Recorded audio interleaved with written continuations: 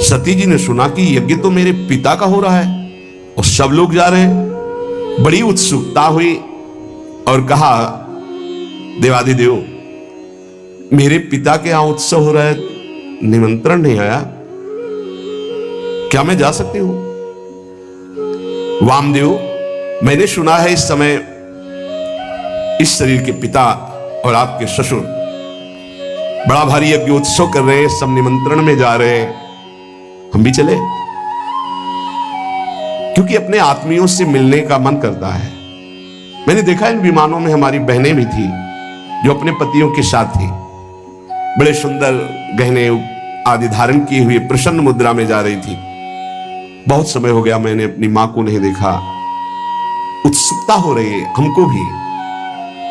शिव कल्याण में ब्रह्म ऋषियों के द्वारा रचा हुआ महाश्रेष्ठ यज्ञ हो रहा है, वैदिक मंत्रों से भगवान श्री हरि की प्रधानता है, चलना उचित होगा।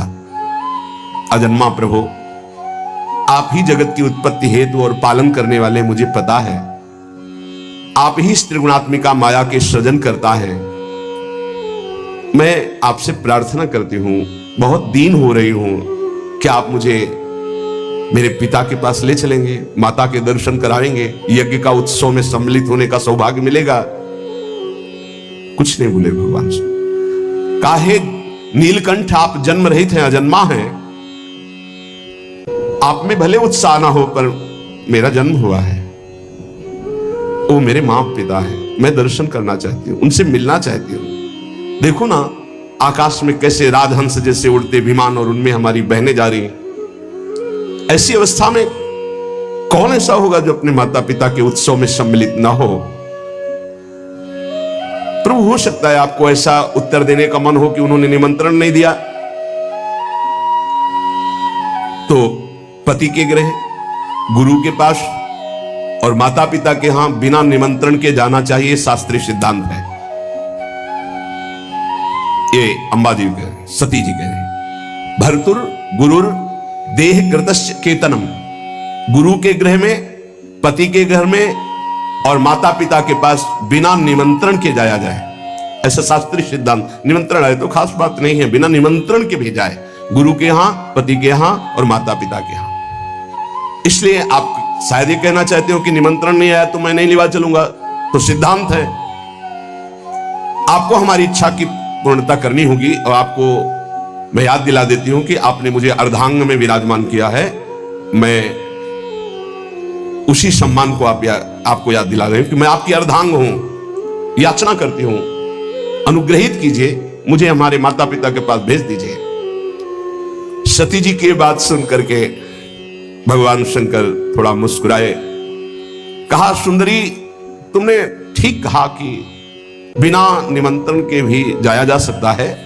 तो योदितम शोभनमेव शोभने अनाहुता अप्यभियंति बंधुषु ते यदुत्पादित दोष दृष्टयो बलीय सानाम्य मदेन मन्युना। यद्यपि माता पिता, पति और गुरु के यहां बिना बुलाए जाना चाहिए, सिद्धांत है, पर तदपि विरोध मान जहां कोई, तहां गए कल्याण न होई। यदि माता पिता तुम्हारे वैर मानते हो तो फिर नहीं जाना चाहिए, फिर नहीं जाना चाहिए। देहाभिमानी मद क्रोध से प्रबल हुआ, यदि वो अपमान करता हो तो फिर नहीं जाना चाहिए। यह सिद्धांत वहां चलता है जहां देहाभिमान रहित होकर के, मद रहित होकर के, दोष द्वेष रहित होकर के वो जो रिश्ते हैं उनका पालन किया जाता है। विद्या, तप, धन, सुदृढ़ शरीर, युवा अवस्था, उच्च कुल, ये 6 गुण है, पर अभिमान आ जाए तो यही 6 दुर्गुण बन जाते हैं और उसका नाश कर देते हैं। ये 6 गुण अवगुण जब बन जाते हैं तो महापुरुषों का अपराध करा देते हैं और वो नष्ट हो जाता है जो महापुरुषों का अपराध करता है। मुझे लगता है यदि तुम अपने माता पिता के पास जाओगे तो वो तुम्हें आदर नहीं देंगे, मेरे संबंध के कारण भाव चढ़ा कर देखेंगे। ऐसी अवस्था में तुम सुख नहीं पाओगे।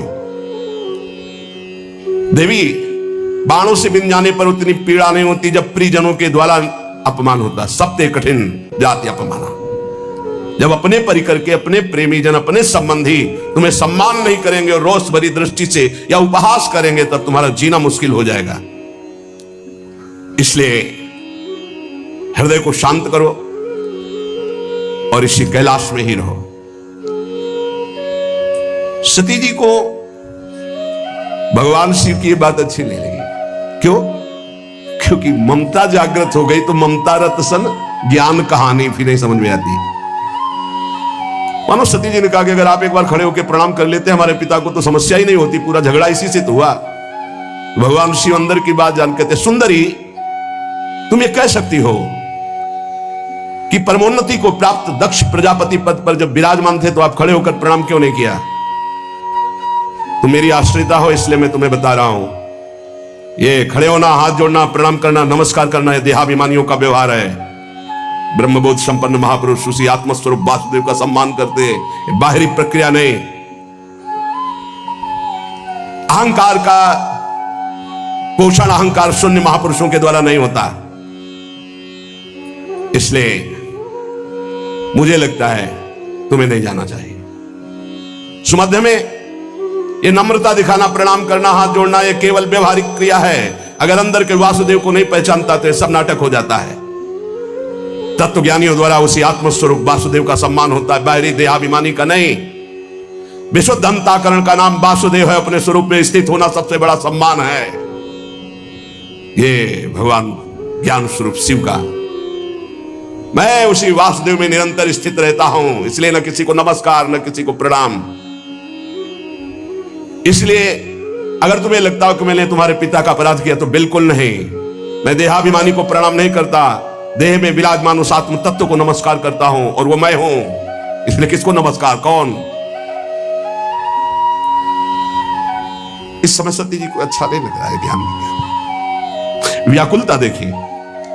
यदि तुम मेरी बात नहीं मानोगी और जाओगी तो संकेत में बता देता हूं, ये तुम्हारे लिए बहुत ही हानिकारक होगा। क्योंकि जब प्रतिष्ठित व्यक्ति की आत्मीय जनों के द्वारा अप्रतिष्ठा होती है, अपमान होता है, तो उसकी तत्काल मृत्यु का कारण बन जाती है। वो संकेत में बता दिया। भगवान शंकर शांत हो गए। ये देखकर सती जी को बिल्कुल अच्छा नहीं। खड़ी हुई, एक बार देखती भगवान शंकर की तरफ कि अगर मैं जाती हूं तो ये रुष्ट हो जाएंगे, क्योंकि आज्ञा नहीं। एक तरफ विमानों की तरफ नहीं जाती हूं तो माता का दर्शन कैसे होगा, कैसे सुहृद जनों से मिलूंगी। बार बार एक क्रास चिंतन हुआ, हृदय चंचल हुआ। भगवान शिव की तरफ रुद्र दृष्टि से देखा और आंसू भी आ गए कि इन्होंने आदेश क्यों नहीं किया। समझ नहीं पा रहे अम्बा। भगवान शिव कह रहे हैं जब प्रतिष्ठित व्यक्ति की अप्रतिष्ठा जहां होती है तो मृत्यु से बढ़कर दुखदायी होता है। हो सकता है मृत्यु हो जाए, इसलिए नहीं जाना चाहिए। क्रास चिंतन से ही क्रोध का भयानक स्वरूप आता है। देवी सती थर थर कांपने लगी। एक तरफ शिव प्रेम, एक तरफ माता पितृ प्रेम। रोष भरी दृष्टि से भगवान शंकर की तरफ देखा। प्रधक्षति वैक्षत जात वे पथो, शरीर कांप रहा। रुद्र दृष्टि से देखा। शोक और क्रोध ने बेचैन कर दिया कि आपने आदेश क्यों नहीं किया। और दांतों से ओठ दबाते हुए शिव जी की तरफ रुद्र दृष्टि करते हुए चल रही। और विचार किया मैंने, कई बार इनसे प्रार्थना की इशारे से कि मुझे आदेश दे दो, पर आदेश नहीं दिया। ठीक है ना, दो आदेश में जा सकती हूं। देखो यहां त्रुटि हो रही। सदगुरु, प्रिय प्राणपति, पूज्यजन, बिना इनकी आज्ञा के कदम नहीं रखना चाहिए। अगर आज्ञा नहीं है तो बड़ा अमंगल है यदि कदम रख दोगे। लंबी लंबी सांस खींची, भगवान शिव की तरफ देखा और चल पड़ी अपने पिता के घर अकेले। महादेव जी ने मणिमान नामक अपने पार्षद को बुलाया और कहा 10,000 शिव पार्षदों को साथ लो, सुंदर पालकी तैयार करो, बड़ी भारी यक्षों की सेना साथ होनी चाहिए और इनका अनुगमन करो। जाओ पीछे सती जी। तत्काल सुंदर पालकी की रचना सती जी को विराजमान किया। 10,000 भगवान शिव के पार्षद और हजारों की संख्या में यक्ष सैनिक, क्योंकि कुबेर मित्र हैं भगवान शिव के। नंदिकेश्वर ने कहा प्रभु पालकी से अच्छा रहेगा, मुझे आदेश कीजिए। भगवान के नित्य वाहन नंदिकेश्वर गए, कहा माता विराजमान हो हम पर। मैना पक्षी, गेंद, दर्पण, कमल, समस्त राज सामग्रियां, छत्र, चंवर, शंख, दुंदुभी आदि बजने लगी, चंवर डुलने लगे और अंबाजी विराजमान होकर अपने पिता के घर जा रही, बिना आदेश के, गुस्सा होकर। समस्त शिव पार्षदों के साथ दक्ष की विशाल यज्ञशाला में प्रवेश किया। वहां तो वेदध्वनि गूंज रही थी, बड़े ऊंचे स्वर से ब्राह्मण शास्त्र शीर खा पुरुखा सहस्राक्षा सहस्रपात, एक दूसरे की आवाज दबाने के लिए होड़ लगी हुई थी। बहुत से अलग अलग वेदियों पर देवताओं की स्थापना हुई थी। दक्ष ने एक बार देखा, सती आई, न नजदीक गए, न बात की, न पूछा। भयभीत हो गई सती जी कि क्या जो भगवान शिव ने कहा था वही होगा। पिता ने देखा और कोई आदर नहीं दिया, बहुत घबरा गई। बहनों के पास गए तो ऐसे मुस्कुराते हुए कटाक्ष करते हैं, बिना निमंत्रण के आ गए। हमें तो निमंत्रण भी गया था, भेंट भी गई थी, लिवाने भी गए थे, शायद आपके यहां निमंत्रण तो गया नहीं होगा, कोई लिवाने तो गया नहीं होगा। बहुत चोट सती जी के हृदय में। एक केवल अगर प्यार से मिली तो माता मिली, गले से लग करके। गदगद हो गई सती जी माता के मिलने पर। सती जी ने पूरी यज्ञशाला में देखा, कहीं भगवान शिव का कोई स्थान नहीं। ये देखते ही माता के द्वारा मिला हुआ प्यार भस्म हो गया, हृदय जलने लगा। सर्वलोक महेश्वरी देवी शक्ति की अधिष्ठात्री अंबा, उन्होंने पूरे यज्ञ मंडप पे देखा, सब उत्साहित हैं, कहीं भी भगवान शंकर का कोई भाग नहीं। तो उन्होंने कहा ऐसा नहीं हो सकता कि प्रभु से बढ़कर प्यार माता पिता का हो। अपार क्रोधाग्नि प्रकट हुई, ऐसा लगा संपूर्ण लोगों को भस्म करने के लिए अंबा ने ठान लिया है। कहा दक्ष, अब पिता नहीं कहा, पिताश्री नहीं कहा, दक्ष तुझे कर्मकांड के अभ्यास से बड़ा घमंड है, हमारे प्राण प्रीतम शिव से द्वेष करता है। सती जी का ऐसा बोलना हुआ कि शिव पार्षद टूट पड़े ब्रह्म ऋषियों पर यज्ञ विध्वंस करने के लिए। सती जी ने सबको रुको, जब तक हमारा आदेश न हो तब तक दंड किसी को मत दो। सती जी ने कहा भगवान शंकर परम करुणा में, उनसे तू द्वेष करता है। सब लोग मुझे कहेंगे कि ये दक्ष की पुत्री है, ये शरीर दक्ष से निर्मित है, और तू हमारे प्राण प्रीतम शिव की निंदा करने वाला, शिव का विरोधी, यज्ञ में कोई शिव भाग नहीं। अरे कोई वाणी से भी निंदा कर दे तो सर्वनाश हो जाए, तू तो हृदय से उनसे द्वेष करता है। ऐसा कौन होगा तेरे जैसा जो महादेव से विरोध करे। जो दुष्ट मनुष्य स्वरूप शरीर को और स्वरूप पदों को पाकर अभिमान करता है, शिव की निंदा करता है, आश्चर्य है, आश्चर्य है कि वो अपने सर्वनाश को नहीं जानता। इतने बड़े महान अपराध करने पर भी भगवान शिव ने तेरे लिए कोई दंड विधान नहीं किया। तू महापुरुषों का निंदक, जघन्य अपराधी, दुष्ट पुरुषों में शोभा पाने वाला है दक्ष के प्रति। ये है अपने इष्ट का प्रेम, शिव। ये दो अक्षर जिसकी जिह्वा से निकल गए, कभी कोई पाप उसको दंड नहीं दे सकता। अहो ऐसे पवित्र कीर्ति देवाधिदेव महादेव शिव की तूने अपमान वृत्ति धारण की। तू अमंगल रूप है, तेरे अमंगल रूप से पैदा हुए इस अमंगल रूप शरीर को रखना मेरे लिए असह्य नहीं होगा। जब मैं जाऊंगी तो दक्ष पुत्री कहेंगे भगवान शिव, इसलिए इस शरीर को मैं नहीं रखूंगी। जो मेरे प्राण प्रीतम आराध्य देव की विरोधी अंश से पैदा हुआ, ऐसे शरीर को नहीं रखूंगी। है निरंकुश, धर्म की मर्यादा का तूने विस्मरण कर दिया है।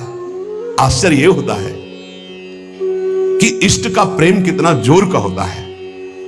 मात्र पितृ प्रेम से ऐसा लगा था कि भगवान शिव की अवहेलना करके सती जी आ रही, लेकिन हृदय में कितना गुह प्रेम अपने आराध्य देव के प्रति है।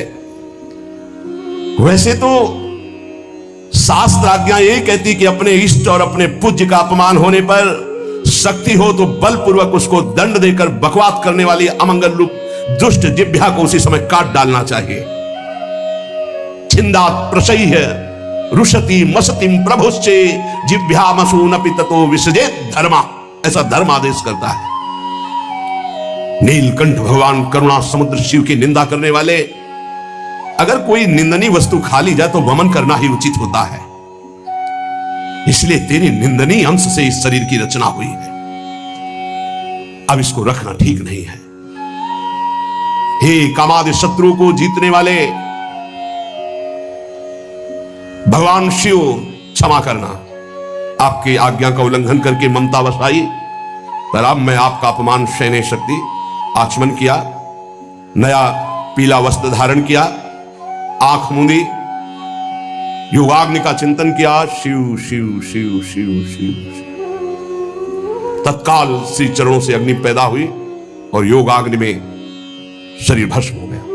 क्योंकि अंबा है, नहीं रखूंगी ये शरीर, तेरा अंश है ये शरीर, ये तेरा अंश है। जब मैं जाऊंगी तो कहेंगे आओ दक्ष पुत्री, ये मैं बर्दाश्त नहीं कर पाऊंगी। अब सब कोई कहेगा ये दक्ष पुत्री सती है, इसलिए मैं अब इस शरीर को नहीं रखूंगी। तूने मेरे इष्ट देव का अपमान किया। जिस शरीर को भगवान शिव वामांग में विराजमान करते थे, महामनुष्यनी सती ने तत्काल अग्नि की धारणा की, देखते देखते सबके बीच में भस्म हो गया शरीर। अब तो हाहाकार मच गया, क्योंकि रोकने वाले अब कोई थे नहीं। पार्षदों को सती जी ने ही रोका, भारी विध्वंस मचाना शुरू कर दिया। अब हदम रक्षम ब्रह्म ऋषियों ने उच्चारण किया, ऐसे मंत्र का उच्चारण करके आहुति दी तो यज्ञ कुंड से रिभु नाम के महान प्रतापी दैवी शक्ति संपन्न प्रकट हुए, शिव पार्षदों को मार मार के खदेड़ना प्रारंभ कर दिया। यज्ञ विध्वंस नहीं कर सकते। ब्रह्म तेज संपन्न उन रिभुओं की आक्रमण शक्ति इतनी प्रबल हुई, भाग करके शिव पार्षद कैलाश में आए। इधर देवर्षि नारद जी पहले ही पधार चुके थे। देवाधिदेव महादेव जी की वंदना करके पूरी की पूरी सूचना तत्काल जटा पकड़ी, उखाड़ी और पटक दी भूमि पर। जे ही जटा उखाड़कर पृथ्वी पर पटका, मानो आकाश को छूता हुआ ऐसा महावीर प्रकट हो गया। ना तो छाती की चौड़ाई दिखाई दे रही थी, ना शरीर की लंबाई दिखाई दे रही थी। ऐसा विराट महान, इतना विशाल था कि स्वर्ग से भी ऊपर उनका सिर हो रहा था। हजार भुजाएं, श्याम वर्ण, सूर्य के समान चलते हुए तीन नेत्र, विकराल भयंकर दाढ़े, लाल लाल जटाए, हाथ में हजारों हाथों में अस्त्र शस्त्र। क्या आज्ञा है? भगवान शंकर ने कहा तेरा नाम वीर रुद्र है, तू उठ, मेरे संकल्प से प्रकट हुआ है, और जा दक्ष के यज्ञ को विध्वंस कर दे। और जिन ब्रह्म ऋषियों ने हमारे पार्षदों को दंड दिया, बलात् उनको दंड दे करके यज्ञ विध्वंस करके हमारे पास आओ। देवादिदेव भगवान शंकर की आज्ञा हुई तो वीरभद्र ने परिक्रमा की और चल दिया। उस समय वो जब चरण रखता था तो ऐसा लगता था भूकंप आ गया।